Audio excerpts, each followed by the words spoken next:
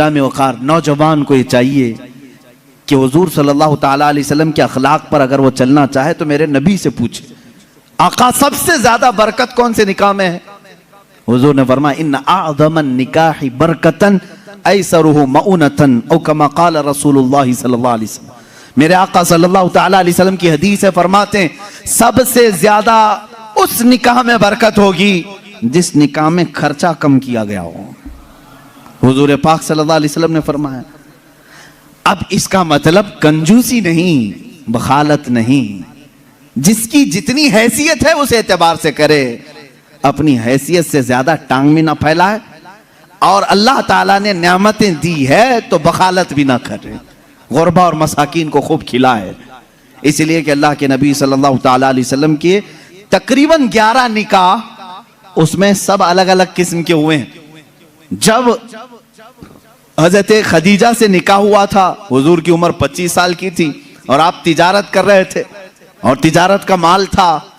आप सल्लल्लाहु ताला अलैहि वसल्लम ने जो निकाह फरमाया उसमें लोगों की दावत भी हुई। एक निकाह हुआ हजरत सौदा रज़ियल्लाहु ताला अन्हा से, वो उस निकाह में सिर्फ खजूरें बांटी गई और कुछ भी नहीं। फिर हुजूर सल्लल्लाहु ताला अलैहि वसल्लम ने हजरत ज़ैनब से निकाह किया, हजरत मैमुना से निकाह किया, उसमें तो बकरा ज़बह करके वलीमा किया हुजूर पाक ने, और उतनी बड़ी दावत किसी और में नहीं। क्यों? ये मैं हालात बता रहा हूं। जब तुम्हारे पास माल था या माल आया है उस एतबार से तुम्हें करने की इजाजत है, और जब ना हो तो कर्जा लेकर के दिखावा करने की इजाजत शरीयत ने नहीं दी है। शादियों के लिए इस तरह से लोग मकरूज हो जाते हैं। कई लोग ऐसे हैं जो अपनी पता नहीं अजीज अजीज चीजें उठाकर बेचते हैं, नहीं सिर्फ 4 लोगों में मुझे मुंह दिखाना रहता है, मुंह दिखाना रहता है, निकाह करना है बेटी का, निकाह करना है फलां का। और आज के मुआशरे से मैं नौजवानों से कहूंगा, मेरे सुनने वाले जितने नौजवान हैं, अगर नबी से मोहब्बत करते हो इस मिलाद में एक अज़म कर लो, एक अहद कर लो, हम में से जिसका निकाह होगा, हम जिससे निकाह कर रहे हैं, हम ससुर के लिए बला बन के नहीं उतरेंगे। हाँ, आज बहुत सारे दामाद बला बन चुके हैं, बला हैं, वो वबा हैं, इसलिए कि बेटी एक बार दिया है और ये बीमारी जिंदगी भर की लगा लिया है।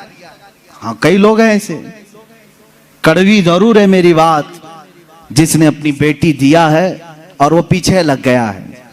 कल ही एक खातून मेरे पास आई, शादी होकर के उसके 9 साल हुए हैं, बच्चे भी हैं। वो रोती हुई आई, कह रही है कि मेरी माँ, उसकी माँ बेवा है, उसके बाप का इंतकाल हो चुका था बरसों पहले, और बरसों पहले मेरे बाप की जो प्रॉपर्टी थी खानदानी, वो मेरी बेवा माँ को मिली है, वो कुछ लाख रुपए आ गए हैं। और जैसे ही मेरे घर में मालूम हुआ है, शौहर ने मुझे बाहर निकाल के घर भेजा है, जा तेरी अम्मा को जो प्रॉपर्टी में मिला है उसमें से 2 लाख मांग के लेके आ। मुआज़ल्लाह, भिखारियों से क्यों शादी करते हो? इस तरह के लोग जो अपनी औरत पर अपना महल सजाना चाहते हैं, उनकी हैसियत बहुत जलील है, बहुत जलील। मैं आपको बताऊं, तुम बर्बाद होना चाहते हो, जिसकी ख्वाहिश है वो मुझसे पूछ ले, मैं बता दूंगा। तौबा अस्तगफिरुल्लाह, कोई नहीं चाहेगा, हर कोई बरकत का रास्ता हमसे पूछता है, लेकिन ये रास्ता भी मैं बता देता हूं। जो अपना बिजनेस और अपनी बरकत सब बर्बाद करना चाहता है, उसके लिए बाज़ बुजुर्गों ने फरमाया, वह अपनी बीवी से जबरदस्ती उसका माल लेकर के बिजनेस में लगाया हो, वहीं से शुरुआत हो जाएगी नहुसत की। उसके दिल को तोड़कर जो माल ले जाकर के लगाओगे तो फिर वहां से, हाँ, बखुशी देना और बात है, पसंदीदगी के साथ देना और बात है। बहुत सारे लोग शादियों के बाद अपनी बीवियों पर दबाव डाल करके उनका सारा जेवर उठाकर ले जाकर रख देते हैं और उस पर तिजारत करने की कोशिश करते हैं। कहां की बरकत? किसी का दिल रो रहा है और तुम अपनी दुकान सजाने जा रहे हो। तुम्हें तो शादी इसलिए करने का हुक्म हुआ था, एक कमजोर मखलूक तेरे निकाह में आ रही है, तू कमा और उसे खिला। यहां उल्टा हो गया, उसी से तू कमाना चाह रहा है, ये उल्टा नहीं हो गया? बहुत सारे लोग ये इंतजार में रहते हैं, शादी होगी तो अभी मांगना क्या क्या है, कार मांगे कि बाइक मांगे और क्या क्या चीजें मांगे। उन भिखारियों से मैं कहता हूं खटोरा लो और गली गली घूमो, हर जगह जाओ, 1 साल में बहुत कुछ मिल जाएगा। और अगर तुम्हें शर्म आती है तो मेरे अजीजों, एक खातून से और उसके बाप से इस तरह के मुतालबे हरगिज ना करो। हाँ, मांगने के तरीके भी अलग अलग हैं। पहले खुलकर मांगते थे, बोलते थे ये चाहिए, लिस्ट आती थी, सारी लिस्ट आती है खातून के घर में, ससुराल। लेकिन अभी कुछ नहीं, हमारी कुछ भी ख्वाहिश नहीं है, एक अच्छी शादी करके भेजो, अच्छी शादी करो। अच्छी शादी का मतलब डेनिसन में होना चाहिए। मैं तो यहां नाम ले रहा हूं, तुम दबा करके अपनी ख्वाहिशों का जिक्र करो और उसी में दबे लफ्जों में सारी चीजें हो। हमको कुछ मत देना, अपनी बेटी को ही जो कुछ भी देना है दे दो, हम उस पर नहीं कहेंगे। और बाप बेटी को जो जो दे बाद में ताना मारेंगे, क्या तेरा बाप इतना नाअहल है, तुझे एक वॉशिंग मशीन नहीं दिया, तुझे एक पलंग नहीं दिया, तुझे एक तिजोरी नहीं दिया, तुम तो कह रहे थे कुछ नहीं चाहिए। अजीजा ने गिरामी, ये भी तरीका भीख मांगने का ही है। भीख मांगने, ये जहेज की लानतों को खत्म करो। जो वो अपनी खुशी से ले आए वो उसका माल है, तुम्हारा नहीं। औरत जो अपने घर से लाती है वो उसका खुद का माल है, शोहर का नहीं, ना ससुराल का है। औरत जब तक चाहे उसे इस्तेमाल करे, वो इजाजत दे तो दूसरे इस्तेमाल करें। तुम शरीयत का मसला समझते हो? अगर उसकी इजाजत के बगैर किसी दूसरे ने इस्तेमाल किया उसके माल को, कल क़यामत के दिन उसकी पकड़ होगी, उसकी नेकियां जब्त की जाएंगी, तुम हुकूकुल इबाद में गिरफ्तार हो जाओगे। ये मसाइल हल्के नहीं हैं। इसलिए मेरे अजीजों, वो और होंगे।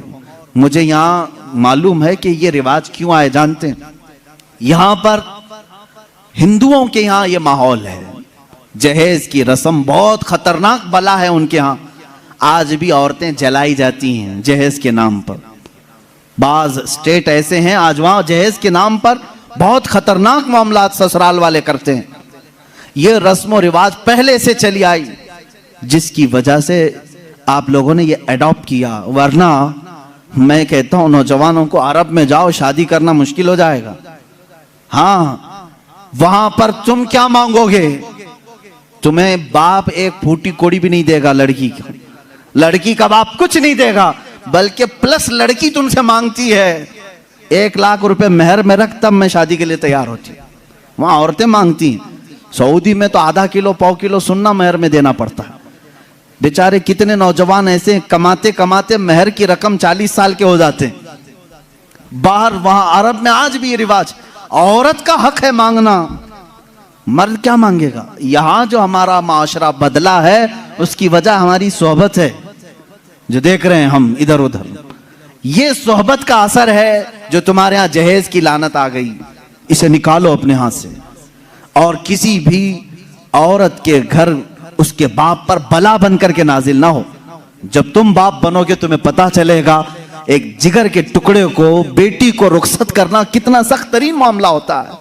मेरे अजीजों, जिन बच्चियों को हम अपने गोदों में पाले होते हैं, उन्हें बड़ी किए होते हैं, उन्हें पढ़ाए होते हैं, खिलाए होते हैं, हर ईद बकरीद पर उन्हें पहनाए होते हैं, इन नन्ही सी कलियों को जब बाप रुखसत करता है तो उसका कलेजा टूट जाता है।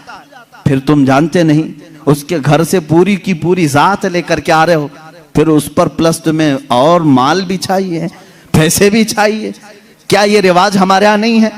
रस्म करो तो लड़की के घर में, शादी करो तो लड़की के घर में।